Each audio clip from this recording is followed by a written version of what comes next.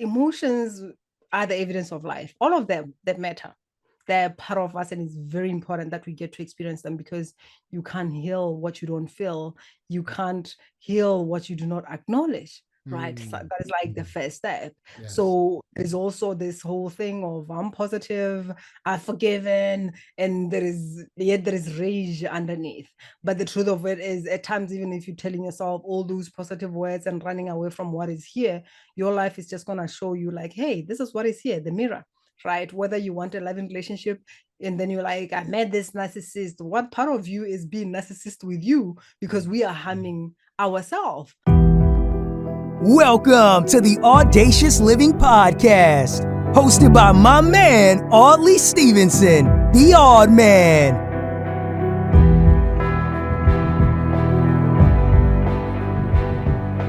Greetings and salutations. Welcome to the Audacious Living Podcast, where our mission is to inspire and empower you to live your most audacious life yet. I'm totally thrilled to have you with us here, and I genuinely appreciate you for taking time out of your day to join us. Now, together we'll explore the path to living boldly and authentically, embracing every opportunity to shine. And let's start off by imagining life as a grand tapestry. Each thread represents a piece of our individuality and authentic self-expression. Over time, societal expectations and personal traumas can knot and tangle these threads, obscuring the beauty of our unique design. It's through healing and inner discovery that we can untangle those knots, allowing our true colors to illuminate the tapestry of our lives. Gao Motsemme, affectionately known as Gao the Queen, hails from Botswana and is currently based in Germany. As a passionate advocate for healing and self-discovery, Gao empowers individuals to overcome trauma and societal constraints. Her insights are particularly relevant to our episode today as we delve into the importance of embracing individuality and authentic self-expression. So now that we've got you all set, let's turn to our conversation with Gao. Enjoy.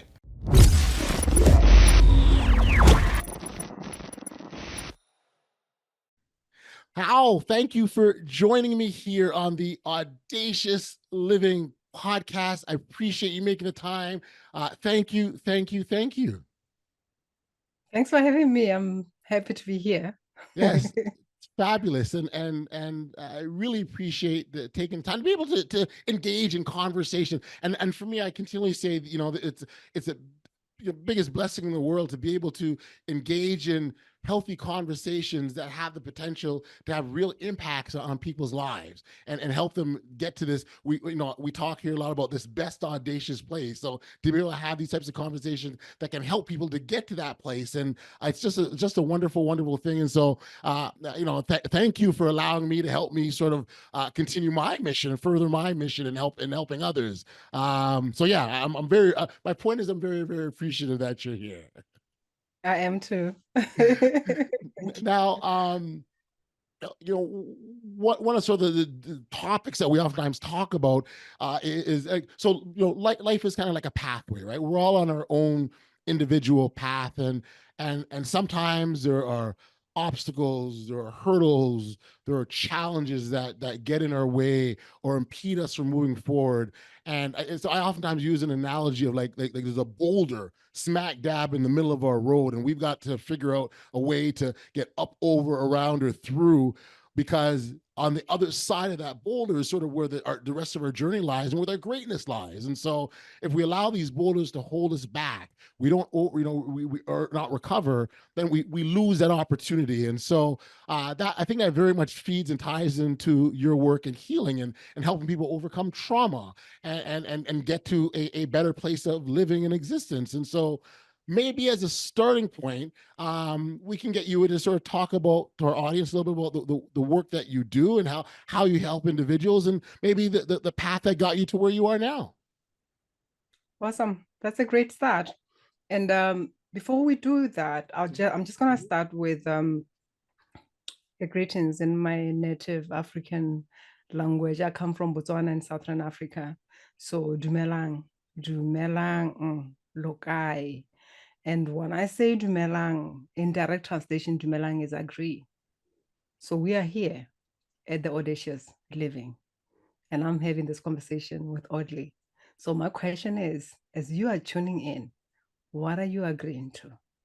Especially when you hear the word audacious living, or even when you hear the word extraordinary embodiment blueprint, because that's basically what I help people do, to embody their extraordinary self so that they can live the audacious living. And this is measuring so perfectly. So what are you agreeing to? And with that said, lokai means where are you locate yourself? Are you here fully in the body, present, or part of you is holding into that relationship, that divorce, that illness, that diagnosis, that argument that you had earlier, into lack and all that? And I'm just inviting you for you to be present with us. And by being present, basically is letting go of what you know. I know that there have been many guests here. You've had many conversations. And just for this moment, let go of what you know and choose not to know, because we are always learning something new. But the magic comes in and learning what we know so that we can learn something new. If you coming through and you know a lot, you're going to miss something new, that it may be just one thing that your soul is open to. And when I say choose not to know, I'm inviting you to let go of what the mind knows, because when you know, you're going to dive deep into the history. But and you for close the this door moment, and the possibilities, right? By doing so. exactly, exactly. So this moment, choose to allow your body to communicate with you. You are not going to tell your body what it feels, but you're going to allow it to lead you. You may feel some sensation. You may feel a trigger. You may get that knee-jerk reaction. You may feel a pain somewhere. Are you willing to be present and make love with it, at that moment? So that's what I do. I help people basically to connect and align the mind, body, and heart, connect to their body, and also embody their magnetic confidence and self-love so that they can thrive in the bedroom and boardroom. So that's what we're going to be jumping in to talk about. How can you embody that extraordinary self so that you can give birth to your desires? When you talk about, and thank you for that introduction. And when you talk about letting go of what you know, that can be very challenging for people, because the thing that what we know, what lies in that is comfort, security, safety, the familiarity. These are all things, but you're now asking people to be uncomfortable. And that's for many, that's not a great place to be.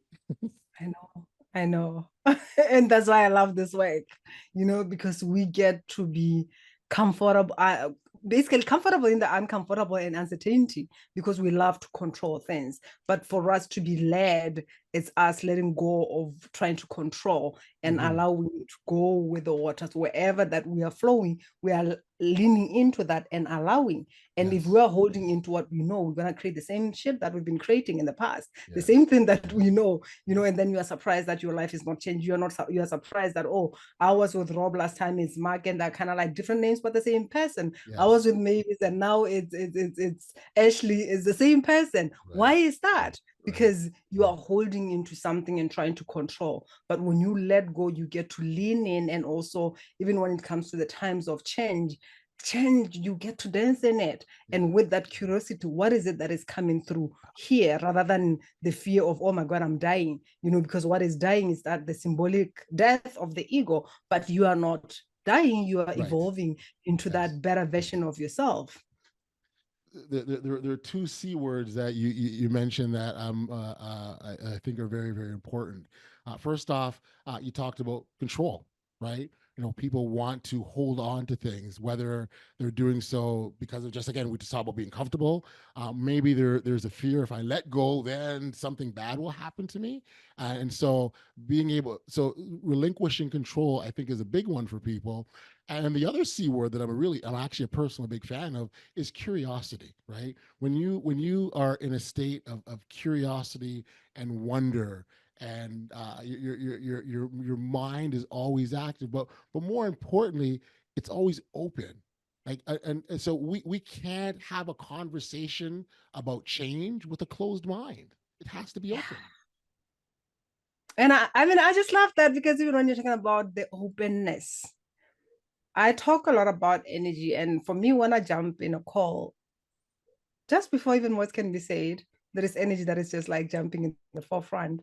And as much as I'm here with Audley, it's kind of like it's also weaving in the energy of what is needed in this audience that are listening to this. And the first thing that kind of like came through was just like somewhere in between where the neck meets the head at the back. It's kind of like there was just a lot of that, and there was heaviness at the back. And then I felt a lot of hidden or suppressed heartache that came through so strongly. And this are kind of like the things, and like you spoke about a boulder that is kind of like there in the middle. I want to get to the other side, but here it is. How do I go around this? And these are like the things that are interfering with that. And even right now, when I'm speaking, I'm there with the throat, which shows that there is not like an authentic expression. You may be speaking, but are you really expressing that truth from the core of your being? And when I say I love, when you say being open-minded, it's still openness is still one of the qualities of intimacy. When you're talking about intimacy, it needs that honesty, that openness, that trust, and that vulnerability. And this is where it gets uncomfortable if we think this is how it has to be. And if we want to control, that means we are not comfortable with being vulnerable, with letting go and being open. But what is it that you can be penetrated on? Even if you are penetrated, when you still like tired and all that, it's gonna hurt you. You understand? So being intimate requires you to let go. That is even the space that you are in, whether it's you who is creating that space or your partner or the people that you are creating with, because life is all about making love, whether you agree with it or not. Life is relational as we go through life, and whether you are a leader at work or you are a leader at home, because for me, leadership is who you being, because the truth of it is you cannot lead anyone, you cannot have power over anyone unless you have power over yourself. Absolutely. Yeah. Absolutely.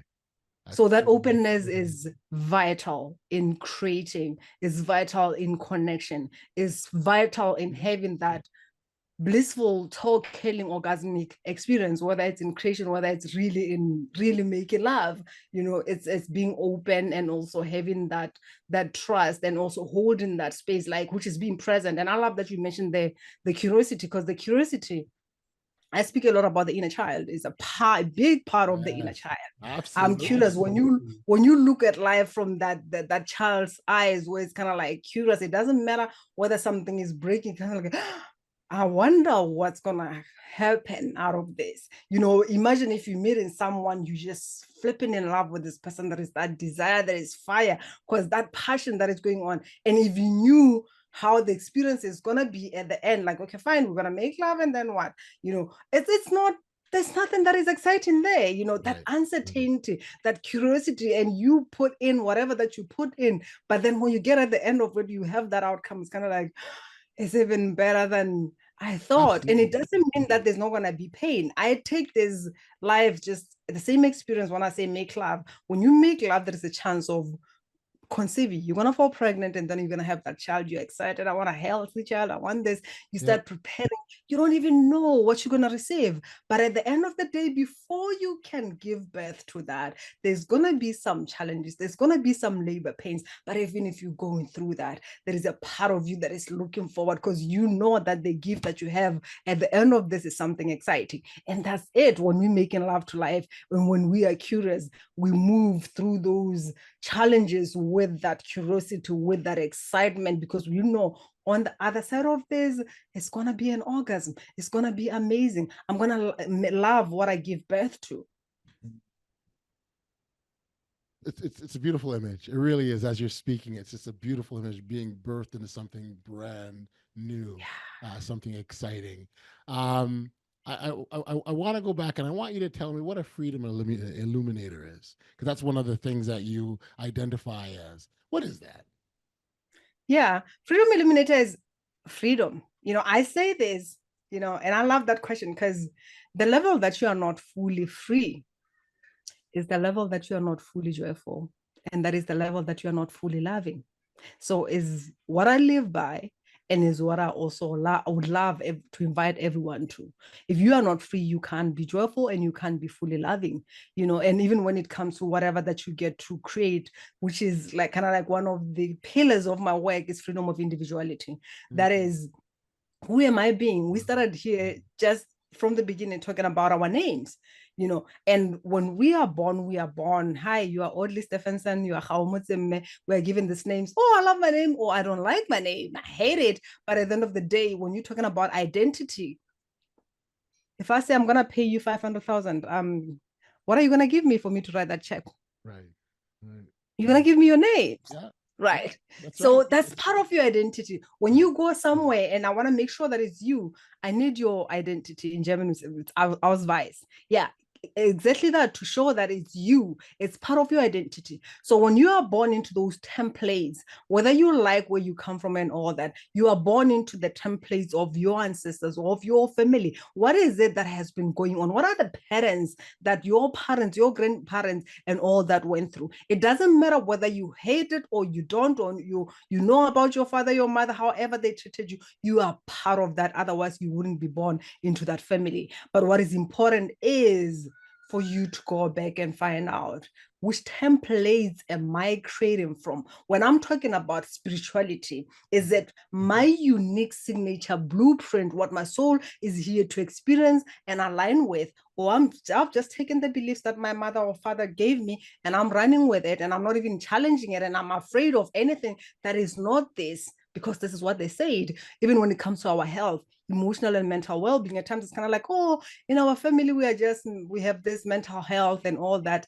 Some people are conscious and identifying with it but not doing shit about it. Some people are not even aware that they're living the life or from creating from the imprints that were handed over to them. So freedom of individuality, even when I talk about freedom illuminator, it's kind of like, we are not afraid of the darkness. We are not judging the darkness. We're going to go there and find out, okay, what is here? And what is it that I want to continue creating from? And what is it that I want to let go of? Because ancestors, there is a lot of pain that our ancestors went through. And at the same time, there is lots of gifts. Right. So we're not going to just throw everything out. We're going to take whatever that serves us, that is in alignment with who we're being, but we're going to let go of what is not, because when we are illuminating that, we are freeing those who came before us and also freeing our children. And what a highest way to be elevated, not only doing it for yourself, but doing it for those who came before you and those who are going to come after you. So Freedom Illuminator, it's basically this. Oh, I love it. Oh, absolutely. Did you come up with that by yourself? Did you develop that? Are you the only freedom illuminator out there, or are there others? I don't know if there are others, but for me, it's also part of my logo. It's something that came through when I was like, okay, fine, I'm doing this work now, then what? And I had this horse that just actually, it was like kind of two horses that came through. And my logo is not both horses, but it's one, but it was like two horses, and then Freedom Illuminator was written. I was like, okay, that's good. And why the horse? The horse is a very symbolic, it symbolizes freedom. And even for me, when I was going through my divorce, and there was a part of, oh my God, what am I going to do? I'm in a foreign country, a black person, all these stories. And there were also voices that were not even mine, because 80% of all the shit that you're trying to push through, it's not yours. You are carrying things that are not yours. Yours is probably 20%, 80% is not yours. So I had a lot of women who were afraid, it's not safe, you can't divorce. What is it that you really want? All these things came through. But what came through for me was a horse. And I felt it in that vision. It was real in the sense of I can feel its heat. I can feel the heaviness of its horse, but I was lying in it. When I came from that experience, I felt the energy of that horse. You can imagine the horse when you are riding it. It's kind of like there is that air that just brushes through you. There is freedom that you're feeling in the moment. So that's how I gave birth to the Freedom Illuminator. Oh, that is so beautiful, and I'm so, when we run into challenges, right, and in that moment, because they're so debilitating and so painful, and all the things that come with challenges, we think there's no way out of it, but there always is a way. You'd reference your divorce, but you also some challenges with your children as well. I wonder if you sort of can talk about how that sort of, a little bit what it was and sort of what you did to kind of get to where you needed to be. Yeah. The most debilitating situation that I went through, where I felt totally lost, powerless, and I wanted out of life, was with my children. Yeah, so that happened shortly after I lost my corporate job, and my corporate job was my identity. We are not taught to find ourselves and what we are here to be, do, and have from within. It's more like outside. So, as someone who ended up being an accountant, it was my identity. I just loved how it was received in the society. But on the other hand, when it comes to my work, this healing work, it's the work that I just knew about it from since I was a child. But interesting enough, when I started sharing my experiences, it's kind of like, oh shit, you're gonna be a doctor, as in like a traditional doctor. Oh, then you have to go to church and get baptized and all that so that you don't get to do this work. So that was kind of like, okay, I can't be that, but what if it's like imprinted in you, so one or the other, you try to shut off this part. So I somehow did, but I was not in alignment with the religion. I come from a religious background in my family, but I was not in alignment with it. And I'm not saying there is anything wrong, but on the other hand, if something brings fear, if something is not expansive for you, you get to question it. It doesn't matter whether it's something that you were born into. So for me, it was not expansive. There was a lot of fear, hell, and all that at the core of my being. I did not agree with that. I felt like something is missing. It doesn't make sense. And especially when I look back where I come from in Africa, like there is this whole religious and all whatever beliefs and the rules, Yeah. whatever that is, and then it's mixed with African tradition where growing up I felt like it's more oppressive to women. So Right. that was not expansive for me as a woman, because I remember I had conversation with men older than me, and I was like, but what if I'm here to teach as a woman, Mm. and you telling me that I don't have a place at the table that is there? My place is to sit there on the floor and listen. And I have to listen and hear what you get to tell me. So I question those things, which kind of like, you are rebellious and all that. So I went through that.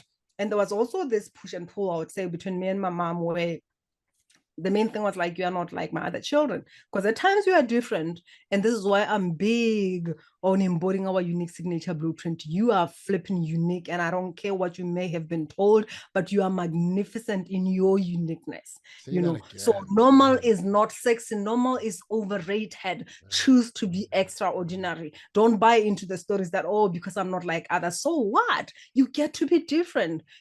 So I went through that, and as much as I fought and I thought I won the battle at home, but when I realized, when I got outside the relationships and friendships and all that, I was more like wanting more to fit in. It's kind of like there was this wound, this hunger of just accept me, love me as I am lovable, tell me that I'm lovable. And I ended up in these flipping toxic relationships.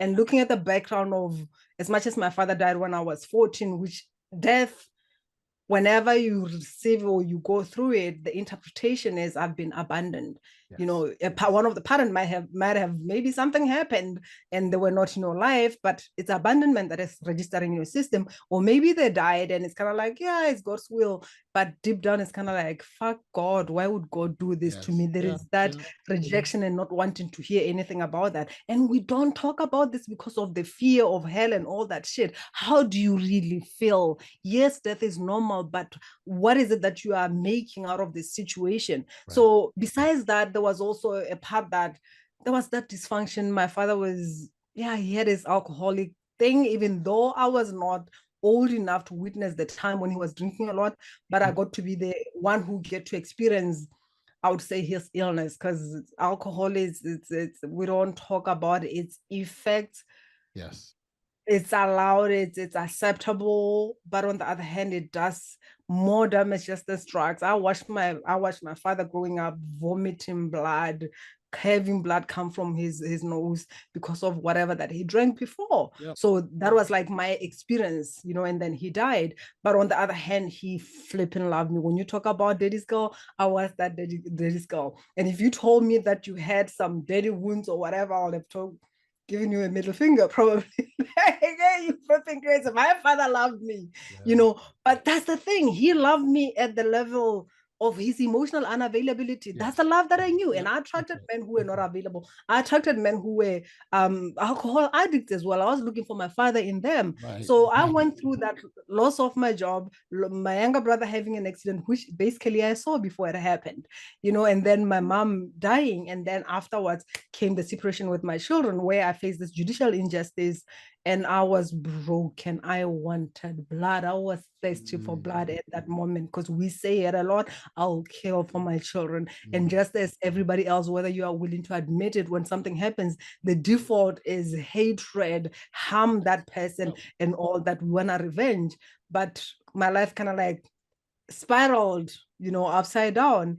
And while I was going through that, I remember the other time I had a nudge to write, and when I started writing, the question was just like, who are you without your mother, your father, your religion, your sister, your husband, your wife? I started writing all these things, and I was like, yeah, it sounds good, but like without a job. And then he said, who are you without your children? That was like, I felt like I was holding a very hot charcoal on my hand. I dropped that pen, and the question was like, who the fuck am I? And I started crying, So that was a painful journey. And I was separated from my children for flipping 5 years. Wow. And as painful and basically being stripped naked in a society where a woman is taught that the only thing that esteems you is your children. For you to be valuable in the society is when you have children. And it's another thing for women who could not give birth. It's kind of like there is that something is taken away from them as women. And at that moment, I associated with them, but it was even worse because I had my children, but I could not be with them. There was shame of, I'm not even a woman enough to give birth to my children and raise them. So, and even when I come and tell people that I was separated from my children, some people didn't believe me. Some people were like the first thing, that's what they do. When you say my child died, it's kind of like, oh, sorry. When you say I've been separated from my children, it's kind of like, what is it that she was doing? Right. Yeah, there is judgment that comes through. So that pain, that loneliness, powerlessness, anger, and all that is when I was coming through this, I was just laughing when my higher self came through and she said, the way you want to deal with this is not how what you're here for. And I just started laughing because I know that deep down my heart I wanted to kill this man. So I was like, fuck. So there's nothing hidden. Flipping that I really wanted to do. Wow. And I went through the journey where I was just guided to do the inner work. And I didn't want to because I was angry. A lot of things transpired in that 5 years. But at the end of the day, the question was, do you want to kill your children back?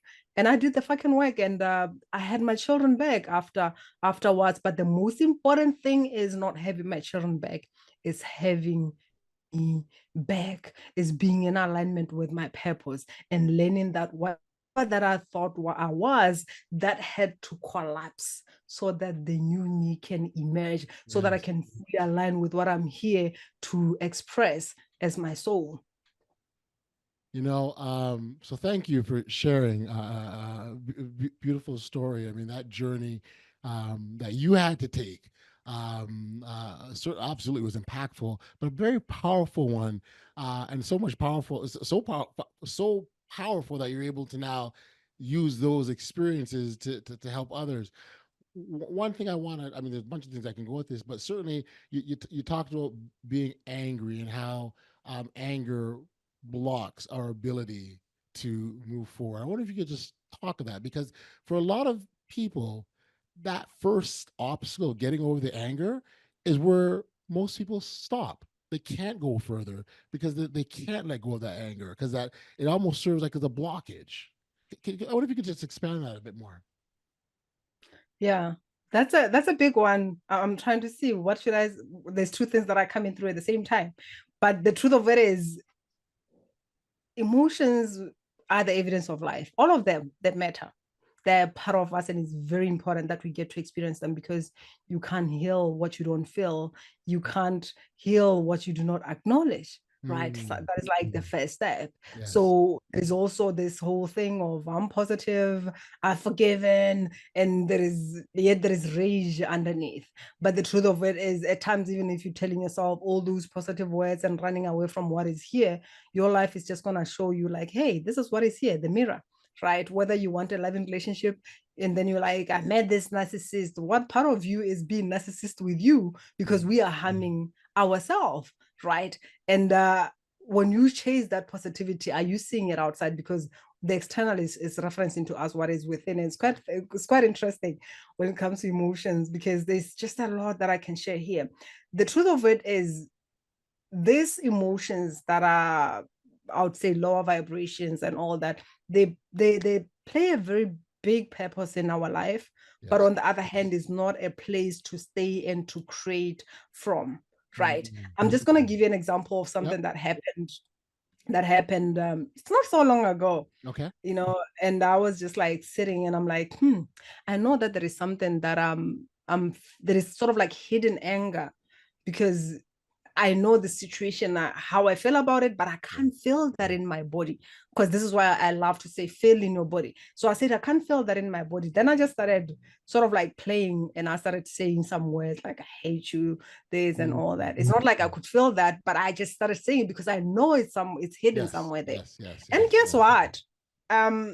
The following day, that's how fast this anything that you do and it's connected to emotions, it manifests just like that. Because when it comes to creation, manifestation is not about the visual, the what do you call it, the vision board and all that, and visualization. It's, do you feel it? That is good, but come back to your body. When you feel it, it's easier to give birth to it. So the following day, I woke up full tonsillitis.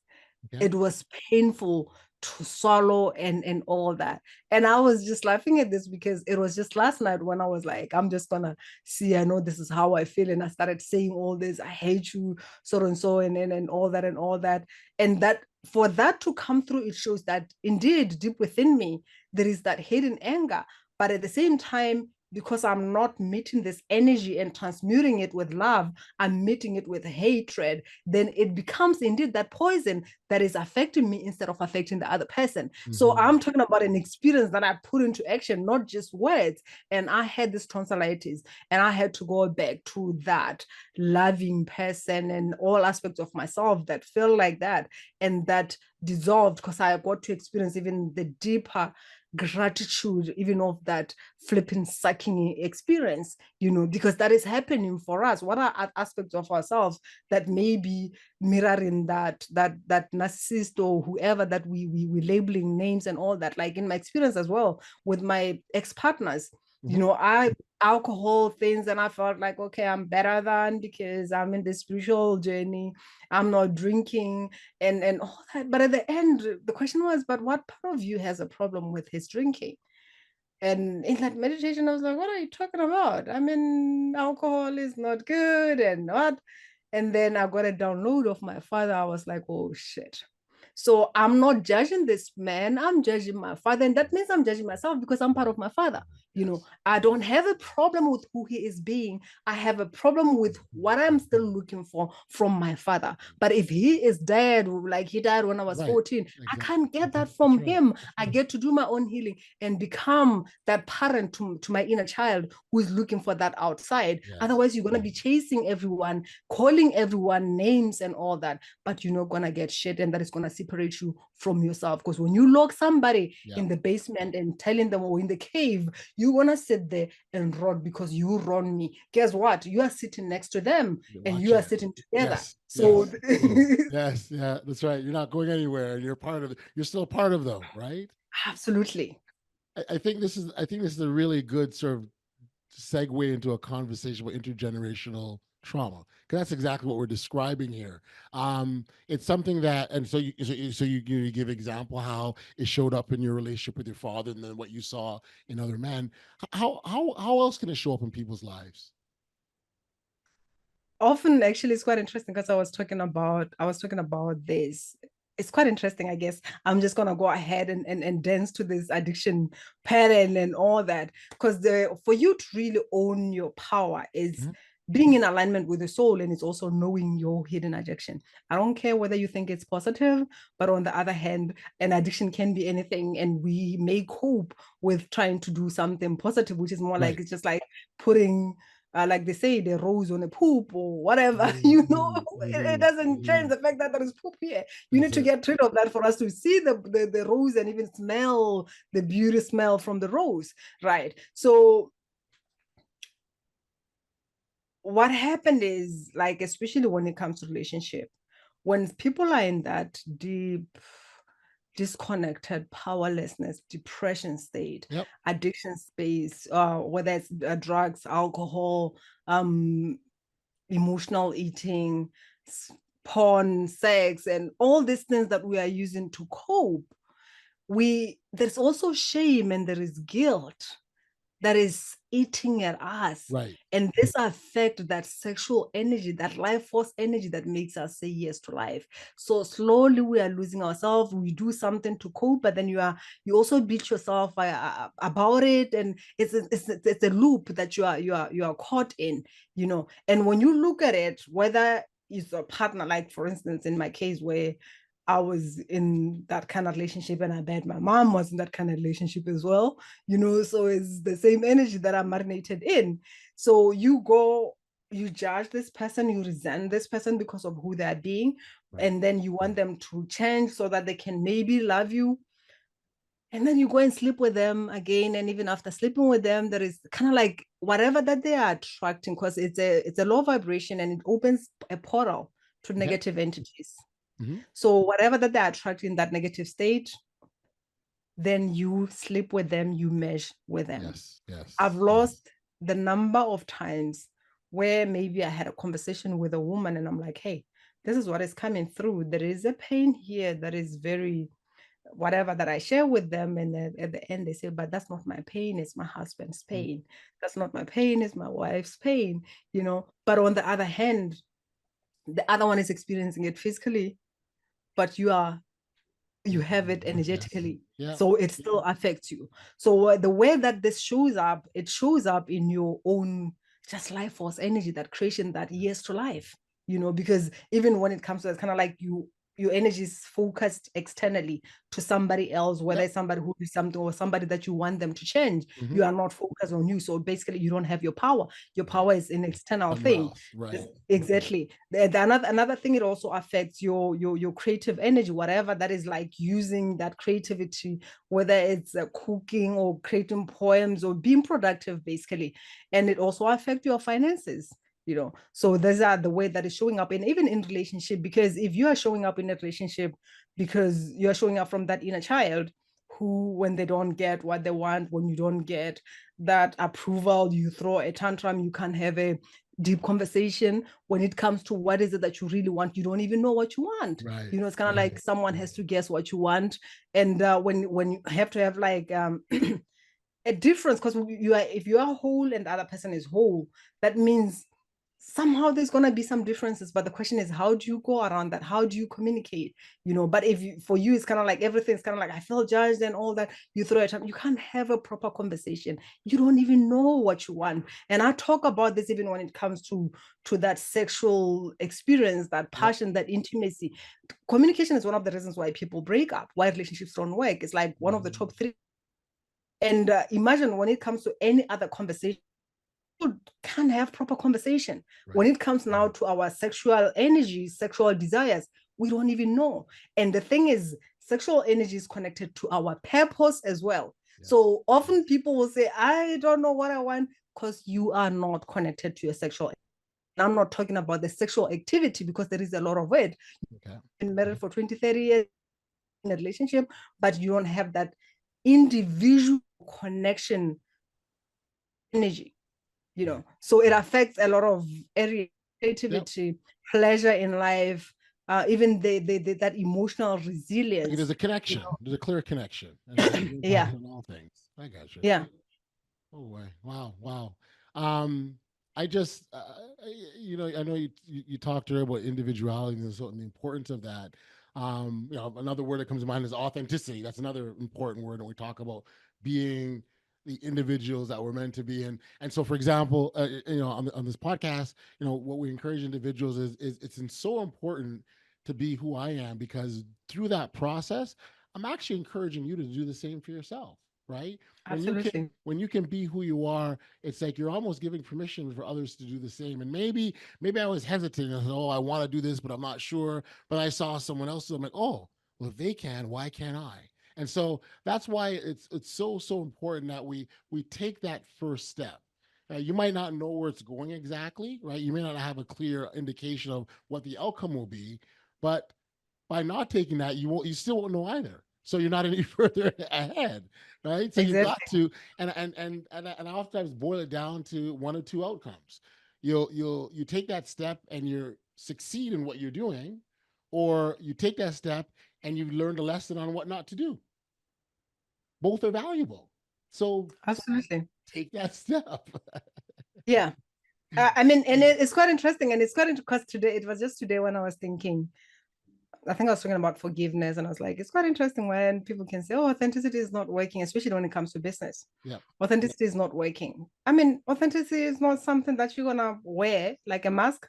I'm gonna try to be authentic, and then maybe I'll find a lover, I'll attract my clients and all that shit. No, authenticity is a frequency. It's who we being, and it's one of the best strategies, because as much as life is changing and this may not work today, the truth is you are the only one who gets to show up in whatever that is changing, that is in front of you. And strategy, as much as we may get best strategy from other people, is the first thing that goes out of the out of the window when the shit hits the fan.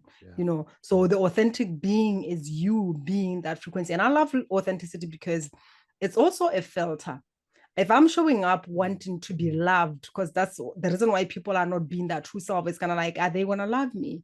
Are they gonna accept me? Like I mentioned, I come from a family that has a different, I would say, spiritual path than me, or I took a different path from what everybody does. I did exactly the same thing, where they say, don't accept this calling, be this, and run away from yourself. Right. And for me, it was a big part of my soul path. And running from myself, it caused a lot of pain, which the only way to numb that was either using alcohol, which I drank alcohol fast every weekend. And as much as, like I said, it's acceptable, but on the other hand, it was a way to to not feel, to not face life, Yeah. which also causes a lot of chaos. So when you are yourself, it doesn't matter. It's even when I'm talking about, because it's kind of like it activates, when I'm talking about activating that magnetic confidence, it also activates that conviction. I may come to you and maybe I want us to do something together, and you say, that's fine. I respect that. But on the other hand, I know that what I'm meant to do is going to work with or without you. Another door is going to open. It has that conviction that I know I love myself. I am my own anchor.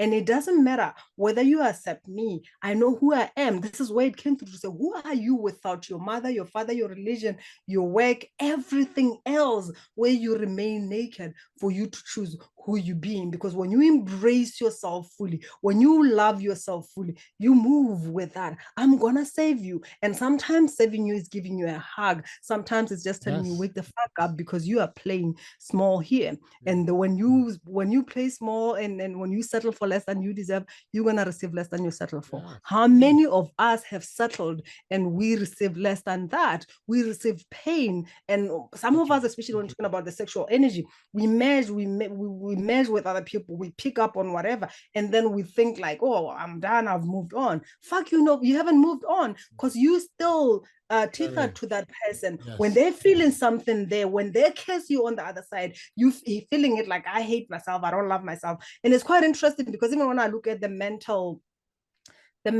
thing, it was quite interesting. Not so long ago, I observed this way, like the way these thoughts, voices that are coming through, and there is this person that is here, but all this thing that is coming through, that this person is hearing and thinking that it's his, it's not. It's coming from outside, and we are also part of the collective. So if you don't know who you are and you living your life unintentionally, that means you're gonna be penetrated by everything that is out there, because something is always penetrating you. whether you like it or not. But the question is, are you aware enough to say, I don't want you inside of me? And I'm not just talking about all that is penetrating us. It also happened in relationship, like seriously, where you are married and somebody, especially for women, it's kind of like, what can I do? I'm married, I'm forced to have sex. Okay, he wants sex, I'm just gonna give it to him, whatever.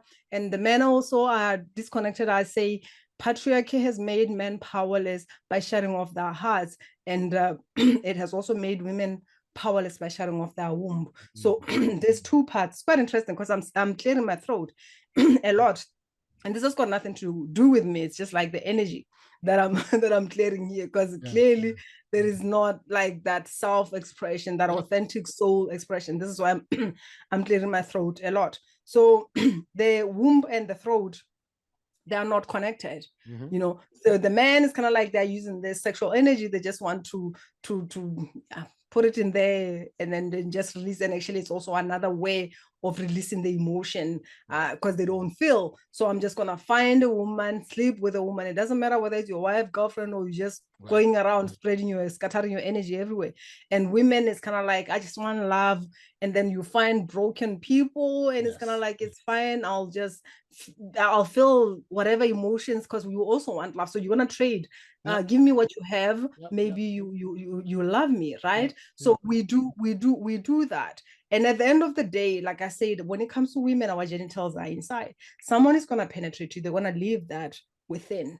What is it that you're holding? Whoever that was, or however many people slept, what is it that was going on? And then you're going to go create life from that. And especially people who are, I mean, I'm one of that. I'm not saying I'm an exception. There was a time when whatever argument and all that, and then from there, make out sex, and then you start having sex. There is this anger, and it's kind of like, it was fire.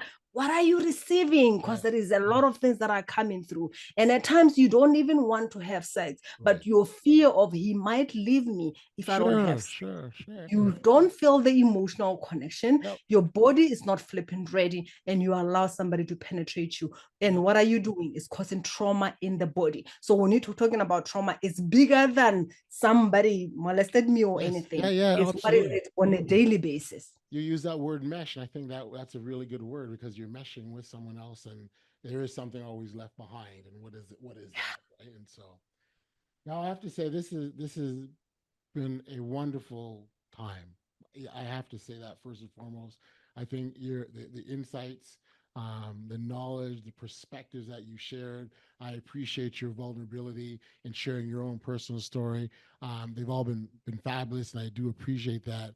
For our listeners that wanted to connect with you directly or work with you, because you do work with individuals to help them free themselves of these things that they are inside, or heal themselves of that. Where can we send them? Yeah, I'm going to share a link with you, which I call orgasmic clarity. That is an intro to African ancient quantum medicine, what I do, and I mean, I'm available on my website, gaomotsemme.com. I'm available on social media. But just following me and receiving information, it does no good. You've received a lot of information, a lot, even from this this conversation here, you received a lot. But if you're not willing to take action, like I said, the one thing that makes a difference in your life is knowing where that is stored and releasing it from that, so that that boulder can get out of the way, and then you can fully align with whatever that you desire. So my first thing is book the flipping call, because you're going to get a lot from there. And it doesn't matter what you choose to do with it, whether you choose to proceed with my work and all that, it's up to you. But you definitely have the clarity of what is standing on your way. What is that boulder that needs to be moved, so that you can really give birth to your desires and live that audacious life.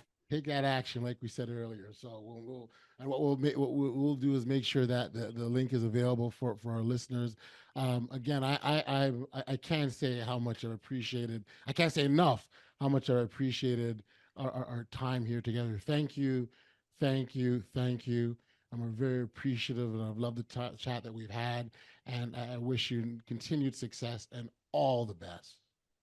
Thank you so much. I wish you and your audience a wonderful, magical, and orgasmic day, night, morning, wherever you are.